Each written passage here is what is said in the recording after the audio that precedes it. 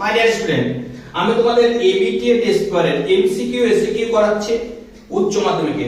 দেখতে থাকো, সাবস্ক্রাইব করে রাখো, লাভবান হবে। দেখতে থাকো, সাবস্ক্রাইব করে রাখো, লাভবান হবে। শুধু বাংলা না, সকল সাবজেক্ট পেয়ে যাবে এখানে। দেখো, খুব দ্রুত করাতে থাকি। বাড়ি থেকে বেরিয়ে দুপা হেঁটে বাসে ওঠে, কিসে ওঠে? ট্রামে। কে? মৃত্যুঞ্জয় বাড়ি থেকে দুপা হেঁটে ট্রামে ওঠে। বাসটি লুকিয়ে উৎসবকে খেতে যায় কি জানো? উত্তরে ছাত্র। উনি আমার পতিদেব। উনি হলো কে জানো? শিব বা উমাপতি। চেঁচিয়ে বললো খবরদার, চেঁচিয়ে খবরদার বলেছিল গায়ের ভট্টাচার্য মশাই। আমি পারবো না। কে বলেছিল? উত্তর মৃত্যুঞ্জয়। তার যে মাইনের টাকা তা দিতে সে পারবে না। সে কখনো বঞ্চনা করে না। কে? সে বলতে বোঝানো হয়েছে সত্যকে। সত্য কঠিন, তাই সে কখনো বঞ্চনা করে না। আকাশে জ্বলছে, এখনো আকাশে জ্বলছে কি জানো? তারা। একটি তারা এখন আকাশে জ্বলছে। আমার ক্লান্তির উপর ঝরুক কি জানো? মহুয়ার ফুল। মহুয়ার ফুল। তারপরে যা পারি তাকে বল। কোথায় জাগে? কবিতায় জাগে। কবির কবিতায় জাগে, তাই তো? তাহলে কবির কি? কবির বিবেক। তারপরে দেখো পরের প্রশ্ন, পৃথিবীর সবচেয়ে পপুলার জিনিস কি জানো? উত্তর হচ্ছে পপুলার জিনিস প্রেম। এটা বলেছে কে? বৌদি। কে বলেছে? বৌদি।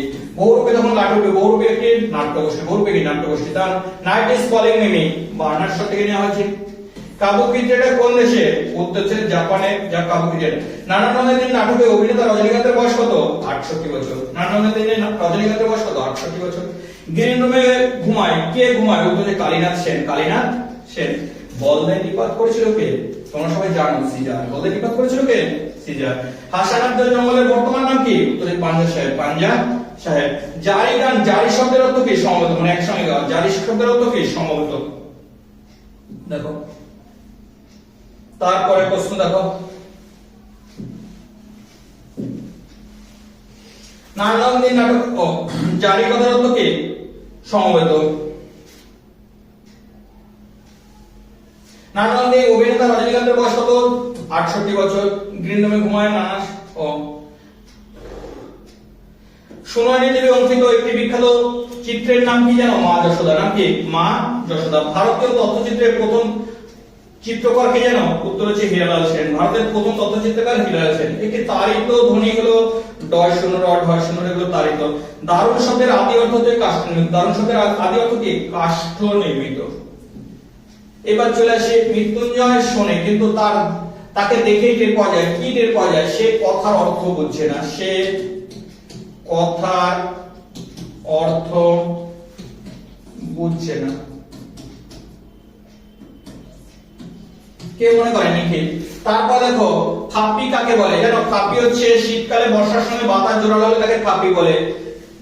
শীতকালে বর্ষার সঙ্গে বাতাস জোরালো, বর্ষার সঙ্গে বাতাস জোরালো হলে। জেগে উঠলাম। কবি কোথায় জেগে উঠলেন? উত্তর হচ্ছে কবি রূপনানি করে জেগে উঠলেন। উত্তর রূপনানি বলে কিভাবে? মৃত্যুকে চমক দিয়ে। সে নামলো। কে কোথায় নামলো? উত্তর যে বাদামি হরিণ নেমেছিল। কে নেমেছিল? বাদামি হরিণ। কোথায়? নদীর তীক্ষ্ণ শীতল হয়ে। নদীর তীক্ষ্ণ শীতল স্রোতে। এখানে অসহ্য নিবিড় অন্ধকার। মাঝে মাঝে শুনি বক্তা কি শোনে? মাঝে মাঝে কয়লার খনির বিশাল শব্দ। কয়লার খনির গভীর বিশাল শব্দ। বহুদিন জঙ্গলে যায়নি। জঙ্গলে না যাওয়ার ফলে কি হয়েছে? উত্তর শহরে থেকে আর দেখেছে নির্বিচারে সবুজ ধান। দিলাম তাকে বকশিশ দিলাম। কে কাকে বকশিশ দিয়েছিল? বকশিশ দিয়েছিল হচ্ছে রজনীবাবু।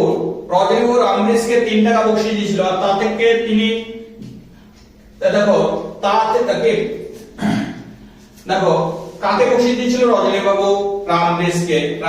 আপনি বামুন মানুষ, মিছে কথা বলবো না। বক্তা কোন সত্যি বলেছিল? যে বলেছিল যে আমি রোজ গ্রিন রুমে লুকিয়ে ঘুমাই।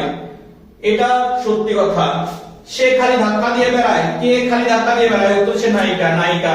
অমর গাঙ্গুলি স্কুলে হেড পণ্ডিত প্রমোশন দেয়নি কেন? অমর গাঙ্গুলি সংস্কৃতে কত পেয়েছিল? 13 পেয়েছিল। অমর গাঙ্গুলি সংস্কৃতে কত পেয়েছিল? 13। সে কালে ঘন ঘন শাখা হতো। শাখা হলে কি করতে হতো? বাড়িতে অরন্ধন মেঝেতে শোয়া। বাড়িতে অরন্ধন। শাখা হলে কি করতে হতো? বাড়িতে অরন্ধন মেঝেতে শোয়া। তারপরে প্রশ্ন দেখো, বিরাট আরমাডা। যখন আরমাডা কি? স্পেনের নৌবহর। সঞ্জননী ব্যাকরণ কি? যে ব্যাকরণে বাক্যের গঠন অর্থাৎ সংযত করা হয় তাকে বলা হয় সঞ্জনী ব্যাকরণ। যে ব্যাকরণে বাক্যের গঠন সম্পর্কে সংযত করা হয় সঞ্জনী ব্যাকরণ বলা হয়। রেজিস্টার কি? রেজিস্টার দেখো কতগুলি অর্থ যখন কি করা হয়? শব্দগুলি বর্ণের ক্রমে সাজানো হয় অর্থাৎ নথিভুক্ত করা, তখন তাকে মুখ্য বাংলা ব্যঞ্জনধ্বনি কয়টি? উত্তর হচ্ছে 30টি। কটা? 30টি। ক থেকে খ এরকম 30টা পর লিখে মুখ্য বাংলা ব্যঞ্জনধ্বনি কটা? 30টি। এই হচ্ছে এ সেটের প্রশ্ন, দেখতে থাকো, সাবস্ক্রাইব করে রাখো, লাভবান হবে। আর প্রতিটা পূর্বের সেটগুলো দেখলে না তুমি বেশি লাভবান হবে, কারণ সেই সেটগুলো আরো নিখুঁত ভাবে করা। অর্থাৎ তোমাকে প্রতিটা সেট দেখতে হবে, তুমি লাভ যদি পেতে চাও প্রতিটা সেট দেখো, সাবস্ক্রাইব করে রাখো, লাভবান তুমি হবে।